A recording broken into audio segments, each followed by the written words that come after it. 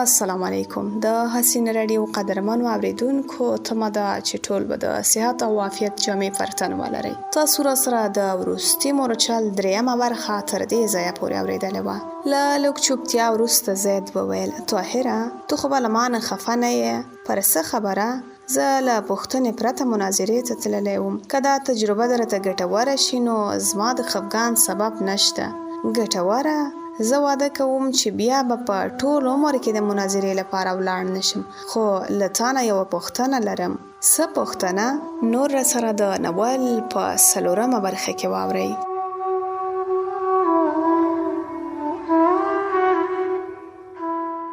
هغه دا چې نن د دې مناظرې 40مه شپه وه. 40 ورځې هرې ډلې د مخالف لوري د دلایلو په ردولو او د خبرو په کمزوري کولو کې خپل زور وازمایه، خو بیا یې هم یو بل قانع نه کړی شو. د دې سبب څه دی؟ طاهر ځواب ورکړ: داسې خلک به 1000 کاله هم یو بل قانع نه کړی شي. مګر ولې؟ طاهر ځواب ورکړ: د دې لپاره چې دوی د یو بل د پوهولو او یو د بل د خبرې اورېدلو له نیکو هیلو سره نه ځي. د دوی هدف د خپل وینا او ژبې د زور ښودل دي. د اسلام هغه امامان چې د دوی په نامه دغه جګړې کیږي، هغوی یو پر بل د کفر فتویګانې نه ورکولې. د هغوی هدف دا و چې په اسلام کې د اجتهاد دروازې خلاصې کړي او د هر وخت او ځای لپاره د ژوند غورځنګ په بڼه جوړ کړي او د خلک د هغوی نومونه اخلي. خو په اسلام کې د نفاق او تیتوره کېدو زړې شیندي. نو د دوی چاره څه وړ کېدی شي؟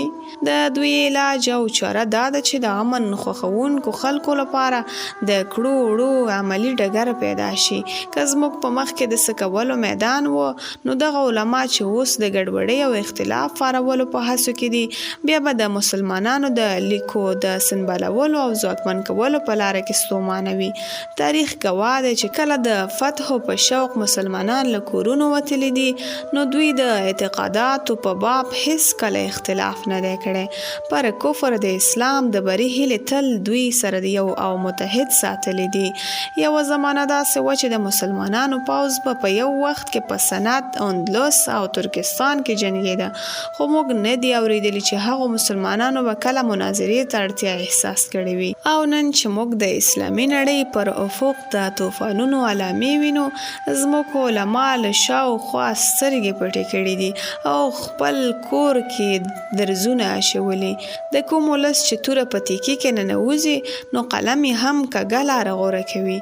زید وویل: په بازار کې توده اوازه وه چې د اروپا نصراني پاچا پر مصر د یو کلکې حملې تیاری کوي او امکان لري چنګیز خان هم پر خوارزم یرغل راوړي. که خلیفه د هغوی پر خلاف د جهاد اعلان وکړ، نو زه به تر ټولو لومړی هغو 2 علماو ته ورشم، ورته ووایم چې زه دا د کفن اغوندم او د جګړې ډګر ته ځم.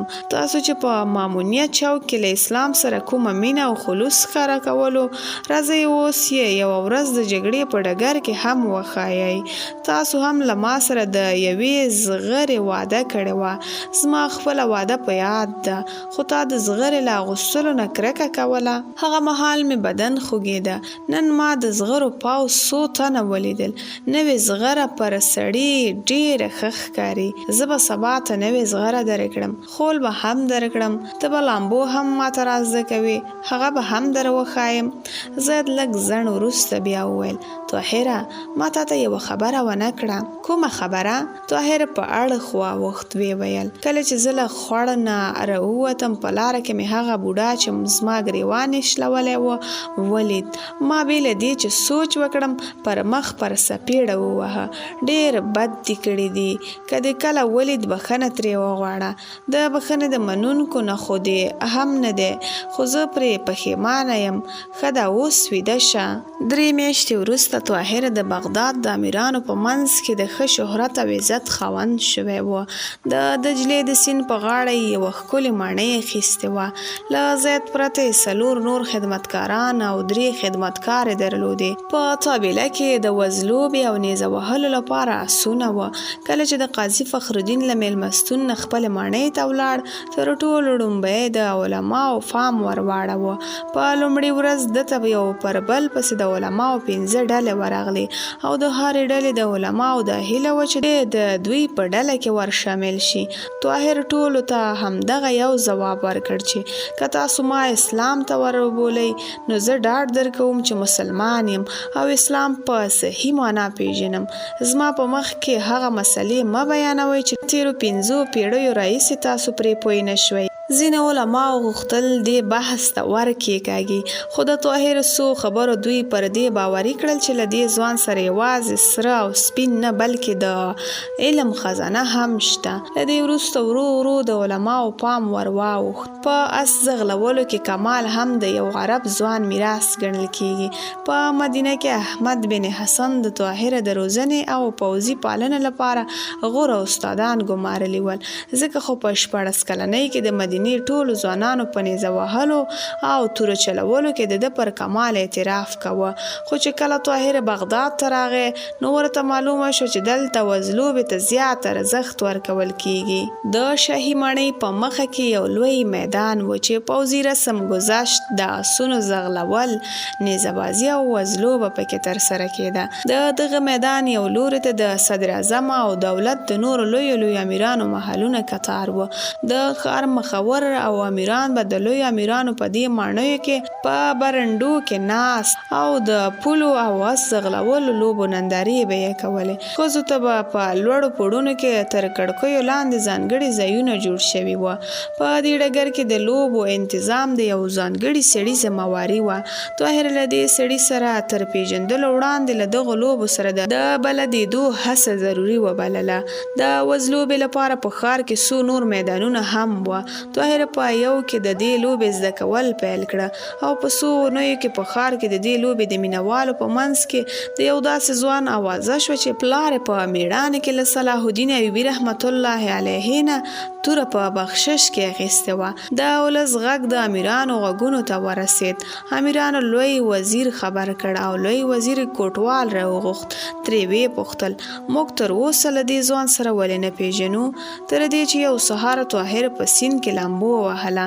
زیات په منډه ورغی او په څنډه ورته ودرېد. چیغې یې کړې په بیړه راووځه، د ښار کوټوال در سره لیدل غواړي. طاهر راووت، جامې یې واغوستې. ویې ویل ستا یقین دی چې هغه کوټوال دی؟ هغه په خپله وویل چې زه کوټوال یم. له هغه سره 6 تنه وسلوال سپاهیان دي.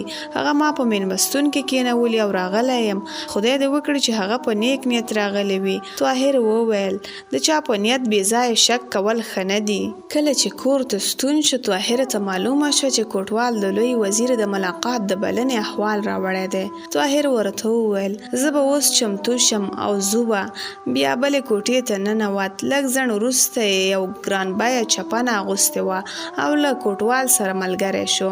د بغداد له صدر اعظم افتخار الدین سره د طاهر لومړنی لیدل ډیر لنډ و. افتخار الدین له هغه نه څو پوښتنې وکړې چې ته بغداد ته کله راغلی، د څه لپاره او له کومه ځایه راغلی یې؟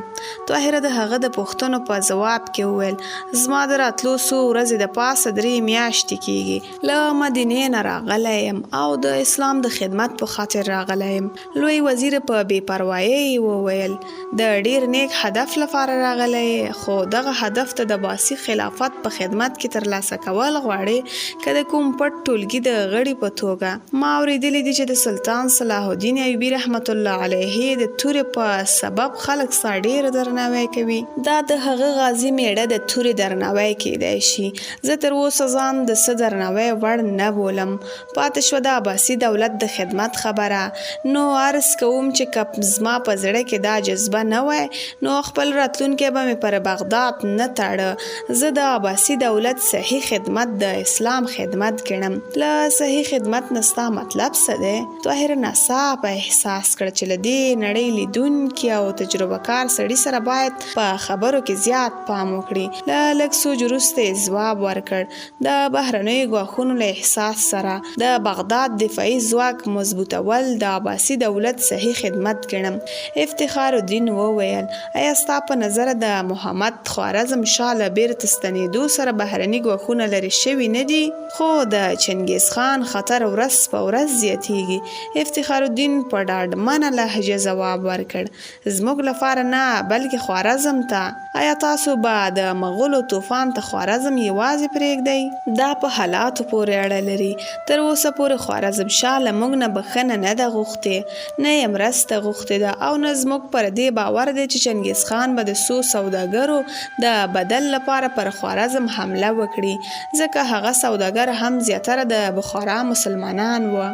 مګر ما اورېدلي دي چې د عباسي دولت له خوارزم سره بیرته اړیکې عادي شوي او د هغوی سفیر هم دلته را رسېدلی دی. افتخار الدین زر ترې وپوښتل تا د خوارزم له سفیر سره لیدلی دي؟ طاهر یو ځل بیا احساس کړه چې له تدبیر نه یې کار نه دی اخیستی. ځواب یې ورکړ نه زما له هغه سره څه کار دی. افتخار الدین وویل ستا د شتمنۍ چې ما کوم داستانونه اورېدلي دي که هغه صحیح وي نو ته باید په بغداد کې ډېر پام وکړي. زموږ حکومت د کړنلارې په اړه له بهر نه هرې مشورې ته د شک په نظر ګوري او امیر زادګان په دې اړه غیر مسؤلانه ګام اوچتوي. طاهر ځواب ورکړ تاسو ډاډه اوسئ له ما سره چې څه دي هغه به د عباسي حکومت په خدمت کې لګوم. که اجازه وي زه یو سوغات ستا په حضور کې وړاندې کوم. افتخار الدین په بیړه وپوښتل د صلاح الدین ایوبي توره؟ نه توره ښایي ستا په وصلتون کې یو اضافي شی وي. او بیا یې جیبه د طلا یو ډبلی راوویست، سر یې بیرته کړ او لوی وزیر ته یې ورکړ. افتخار الدین له ډبلي نه یو ځلیدونکی غمی راوویست، په ځیر ځیر یې ورته وکتل. ویې ویل ما ته د سوغاتونو د ترلاسه کولو په هوس دلته نه یې راغوښتی، دا دې له ځان سره وساته. طاهر وویل که تاسو زه د لیدلو لپاره نه وی راغوښتی هم دا غمی ما ستاسو لپاره ساتلی و او یو ورځ مې درته وړاندې کوه، تاسو دغه وړوکی سوغات ومنئ. لوی وزیر د غمی ډبلی پر میز کېښود او لاسونه یې وپړکول. یو څوک کوټې ته ورننوت، څو ګامه وړاندې راغی، په ملا خم شو او بیا د حکم په انتظار شو. صدراعظم ورته وویل دی زموږ تابلې ته در سره بوځه او چې کوم اس یې خوښ شو هغه ورته زین کړه او ورته یې وسپاره. بیا یې طاهر ته لاس ورکړ، ورته ویې ویل سبا ماښام ته زما میلمه یې او زه به پرېکړه کوم چې عباسي دولت له تا نه کوم خدمت واخلي. طاهر له لوی وزیر سره خدای پاماني وکړه، ترې روانېده چې یو زلمی ورننوت. لوی وزیر وویل طاهره دا زما زوی قاسم دی. طاهر له هغه سره تاوده ستړي مشي وکړه. قاسم د 22 کلونو پڼد تازه زلمی و. د هغه په څهره کې د نورو امیرانو د زمانو په څیر د آرامۍ، تنبلۍ او بې حسۍ علامې وې. له سترګو نه یې دا احساسېدله چې په خپل لوړ نسب د حماقت تر حده پورې ویاړي. په شونډو یې مسکا وه، خو له دغه مسکا نه د نرمۍ او سادګۍ پر ځای وحشت او چالاکۍ اورېده. د قاسم په لاس کې یوه نرۍ توره وه چې د تورې وهلو په زده کړه کې کارول کېږي. هغه خول پر سر کړ او زغره یې اغوستې وه. قاسم وویل زه د تورې وهلو زده کړې ته روان وم چې دلته ستا له راتګه خبر شوم. زه ستا تر لیدو د سلطان صلاح الدین ایوبي د تورې لیدلو زیات لیوال وم. صدر اعظم زره تر زره د موضوع د بدلولو اړتیا احساس کړه. ویې ویل قاسمه دی به زموږ له تابلې نه یو اس غوره کوي. دا مشهوره ده چې یو عرب د اس په پیژندلو کې اشتباه نه کوي. ته ورسره ولاړ شه وګوره دی کوم اس خوښوي. خو قاسم د اس د غوره کولو مسله مهمه ونه بلله. بیا یې طاهر ته وکتل. ویې ویل که یې ته پلور یې زه د صلاح الدین ایوبي رحمت الله علیه توره پیرم. پلارجان به د دې تورې دروند قیمت ورکړي. ته له جامو نه یو عالم ښکارېږي، ته به یې څه کړې؟ صدر اعظم خجالت شو او طاهر په خپلو پریشانیو د قابو کېدو هڅه وکړه. ویې ویل د داسې شي خرڅول د دې توهین او سپکاوی دی.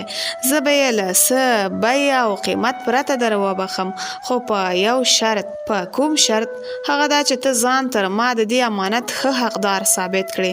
قاسم هیلهمن شو. ویې ویل که ته یو عالم یې او زه یو سپاهي، په توره تر تا زما حق زیات دی. که نه نو راځه ویې ازمایه. ډېر ښه، که تا په توره وهلو کې زه مات کړم نو دا توره ستا شوه. په توره وهلو شمشیر بازۍ کې قاسم د حماقت تر حده پر ځان ډاډه و. د هغه دا غرور بې ځایه نه و. هغه د لرې لرې استادانو نه دغه فن زده کړی و. د ژوند تر اوسه 2 شیان و: پاولو او توره وهل.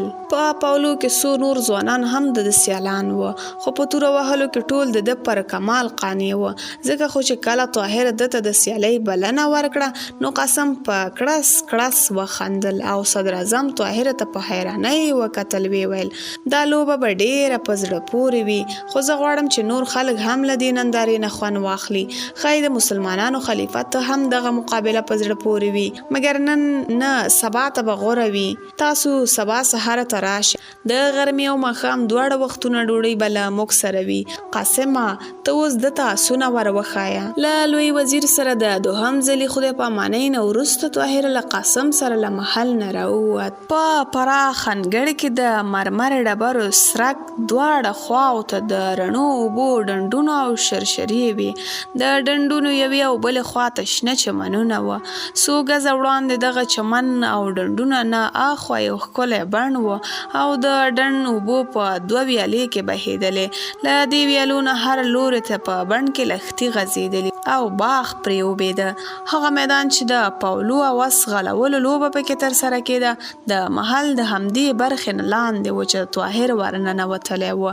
په 2مه دروازه بڼ پای ته رسېده او له هغه نه وړاندې د لوی وزیر د خدمتکارانو کورونه په یوه لویه 4 دیوالي کې جوړ شوي وه.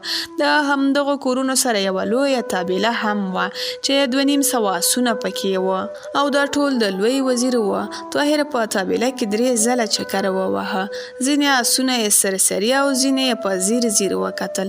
بالاخره د یو آس شا وټپوله. ویل زما دا خوښ دی. قاسم وویل ډېره ښه، زه ستا ذوق ستایم، خو دا کله کله په 2 پښو درېږي. د دې 2 میاشتې کېږي چې طابلې ته راغلی دی. دومره یاغي دی چې زه هم ونه توانېدم چې ویې روزم. یو حبشي خدمتکار پر آس زین کېښود او له طابلې نه یې انګړ ته راوویست. قاسم د آس جلب ونیو او طاهر ته یې ورکړ. ورته ویل سبانۍ واده دې هېره نه شي.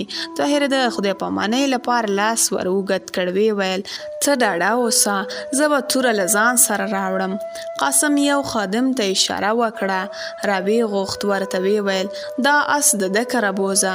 خادم د آس د جلب نیولو لپاره راوړاندې شو، خو د طابلې د دروازې نه بهر یې د آسونو د پښو غږ واورېد او د سترګو په رپ کې 2 آسونه راننوتل. طاهر د آسونو سپرو ته وکتل، هک پک پاتې شو. دا 2 ځوان نجونې وې. دواړه د سپینو وریښمینو تنکۍ جامې او پر غمیو انځورې شوې سپینې خولۍ پر سر کړې وې. د سترګو او تندي نه پرته یې نور مخ په تور نري نقاب کې پټ و. آسونه ډېر بد سیلېدل. دوی له آسونو پلې شوې. خادم د طاهر د آس جلب پرېښود. د هغوی آسونه یې ونیول. د سترګو په رپ کې بل خدمتکار راغی او د طاهر د آس جلب یې واخیست. نجونو طاهر ته په سوالیه نظر وکتل او وړاندې تېرې شوې او قاسم هم له طاهر سره خدای پاماني وکړه او په هغوی پسې ورغی. کله چې طاهر له خادم سره د طابلې له انګړه نه راووت، د محل د برنډې له مخې سره تېرېده. 2 نجونې په زینه کې ولاړې وې او طاهر ته یې کتل او قاسم طاهر ته اشاره کوله او څه یې هغوی ته ویل. د وروستي دروازې نه له راوتلو وروسته د طاهر په مخ کې یو پراخ سرک و. د هغه یو لاس ته دجلې سیند او بل ته د بغداد د امیرانو د کورونو کتار و. نږدې 500 ګامه وړاندې پر سیند پل ښکارېده. د هغو نجونو نومونه سکینه او صفیه و. سکینه د قاسم خور او صفیه د هغه د مرحوم تره لور. له طابلې نه د وتلو نه وروسته سکینې صفیې ته وویل صفیې تا خو دا ځوان ولیده، پر څېره یې څومره سادګي وه، ته یې چې ولیدې ورخطا غوندې شو. ما خو هغه ته ور نه کتل، ستا په لیدو به ورخطا شوی وي. صفیې هغه د بغداد امیرانو سره ډېر توپیر درلود. موږ یې چې ولیدو زر یې سترګې ښکته کړې. صفیې ځواب ورکړ زه د قاسم د ټولو دوستانو په باب یو ډول نظر لرم، مګر ما هغه د قاسم سره کله نه دی لیدلی. صفیې وویل هو هغه له څېرې نه د علم خاوند ښکارېده. قاسم له داسې خلکو سره ناسته ولاړه نه لري. کله چې دوی پر زینو ختلې، قاسم پرې غږ کړ او دواړه یې ودرولې. هغه چې ورنږدې شو ویې ویل: صفي، یو ځناور ګورې؟ صفي ځواب ورکړ: تا چې د ورځې یو ځل وینم نو د کوم ځناور د لیدو هیله به مې په زړه کې کله پیدا شي؟ قاسم په مسکا کې د خپلې غوسې د پټولو هڅه وکړه. ویې ویل: زه یوازې ستا تر نظر ځناور یم، خو زه اوس څوک درښایم چې تر سبا پورې د بغداد ټول خلک ځناور وبولي. سکینې ته هم ولید. هغه ځوان چې په طابله کې زما تر څنګ ولاړ و، د هغه پلار د مېړنۍ په انعام کې د سلطان صلاح الدین ایوبي توره ترلاسه کړې وه. نن هغه ماته بلنه راکړه چې که مې په توره وهلو کې ترې لوبه وګټله، هغه توره به زما وي. په دې مهال طاهر د برنډې له مخې سره تېرېده. قاسم هغه ته په لاس اشاره وکړه. ویې ویل: د دې سرایانو خوی هم ډېر عجیب دی. که یې په ژوند کې توره په لاس کې نه وي اړولي، هم ځان به د تورې وهلو د فن استاد بولي. سبا ته به ډېره عجیبه ننداره وي. د پلارجان هیله ده چې دغه ننداره باید د مسلمانانو د خلیفه په مخ کې وي. صفي وویل: کله هغه سره د سلطان صلاح الدین ایوبي توره وي او دی رښتیا هم سرایي وي، نو زه ویریږم چې د ده پر ځای ته د خلکو د خندا نه شي. راځه سکینې، سبا ته به دا لوبه هم وګورو. زما ویره ده چې د سلطان صلاح الدین ایوبي توره ترلاسه کړي، پښه به یې په ځمکه نه لګېږي. د طاهر نوي دوستان او دښمنان. په همدې شپه له لمانځه نه لږ وروسته طاهر په خپله د مجلس کوټه کې ناست و. یو کتاب یې لوست چې د کور په مخ کې د 4 آسونو یو ګاډۍ ودرېده. وروسته یو خدمتګار خبر راوړه چې یو پوځي منصبدار د لښکر د مشر پیغام راوړی دی. طاهر کتاب وتړ. ویې ویل: هغه دننه راوله. خادم ووته او له لږ ځنډ وروسته یو د لوړ قد مضبوطو مټو خاوند چې له رعبه ډکه څېره یې ورغی. د هغه عمر د 13 کلونو په شاوخوا کې ښکارېده. له څهرې نه یې خلوص، ذهانت او زړورتیا له لرې ښکارېده. طاهر ورجګ شو، لاس یې ورکړ، ستړي مشي یې ورته وویل او بیا یې هغه له ځان سره نږدې پر کرسۍ کېنوه. نوي راغلي ځوان وویل: زما نوم عبدالعزیز دی، زه دې په غیاب کې پیژنم. اوس مې د لښکر د مشر پیغام راوړی دی. هغه غواړي له تا سره وویني، خو ما غوښتل شخصا هم له تا سره ووینم. د دې لپاره فرصت ته ضرورت دی. سمدستي زه په همدې کفایت کوم چې درته ووایم. ته ما خپل دوست وبوله او زه تا ته د دوستۍ لپاره لاس په دې خاطر نه در اوږدوم چې ته ډېر شتمن یې او یا له تا سره هغه توره ده چې پلار دې صلاح الدین ایوبي رحمت الله علیه وربخلې ده، بلکې د دې په خاطر چې ستا په زړه کې د خپل زړور پلار د نښې د حقدار ثابتولو جذبه او هیله ده. تا قاسم ته د مقابلې بلنه ورکړې ده؟ طاهر ځواب ورکړ: هوکې، ما ته معلومه نه وه چې په بغداد کې به دغه توره دومره ارزښت پیدا کړي. زما په خیال د دې صحیح حق دا نه دی چې د یو امیر د زوی د وصلتون ګڼه شي، ځکه ما هغه ته د مقابلې بلنه ورکړه. عبدالعزیز وویل: تر کومه چې د تورې چلولو خبره ده، تا قاسم د یو امیر زوی ګڼلی، نو دا د اشتباه کړې ده. زه په خپله تر اوسه د هغه په استعداد اعتراف ته اړ نه یم، خو د خلد د ماڼۍ په شاوخوا کې د امیرانو زامن د هغه په کمال اعتراف کوي. ځکه خو ته لږ پام کوه، دا به درته غوره وي که ته لوبه بایلې.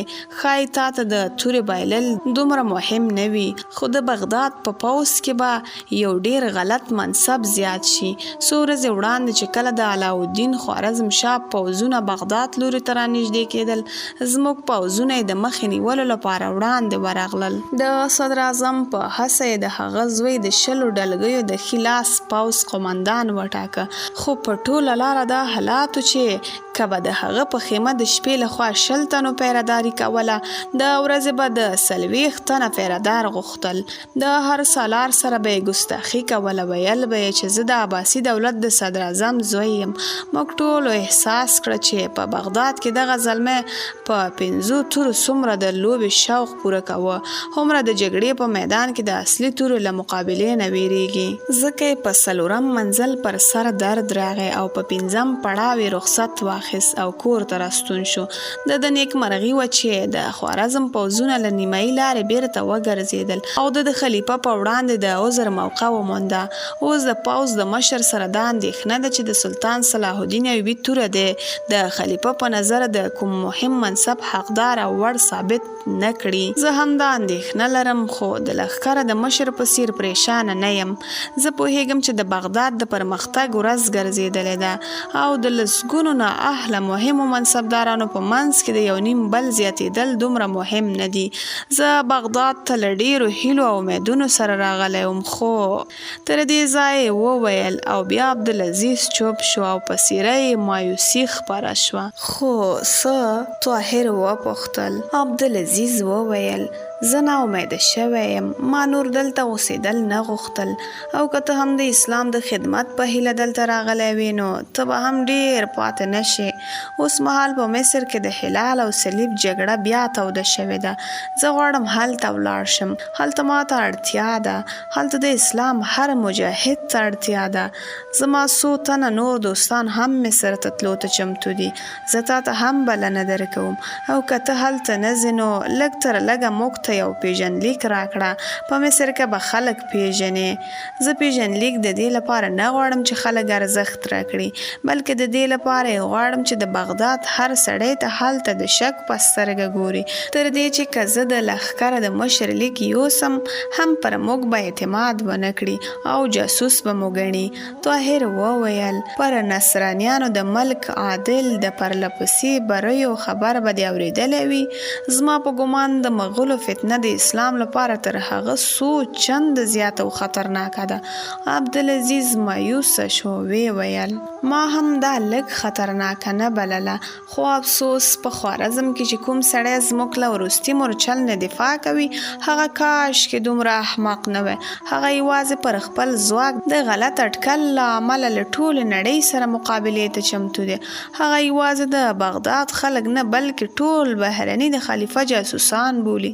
د چنګیز خان ځواک ته د زرو ازمایلو بلنه ورکړې خو داسې ویرونکي طوفان سره د مقابلې په خاطر د اسلامي نړۍ د مرستې اړتیا احساس نه کړه. د خلیفه ناصر هم دا باور دی چې د چنګیز خان څخه د ژغورنې نه وروسته به هغه بیا پر بغداد حمله کوي. ځکه خو اوس د دې خبرو وخت لا نه دی راغلی. بیا به ګورو. اوس راځه د لښکرو سالار به د انتظار کوي. طاهر وویل ته ولې چوپ شوې؟ پر ما اعتبار وکړه. عبدالعزیز په زیر طاهر ته وکتل او وی ویل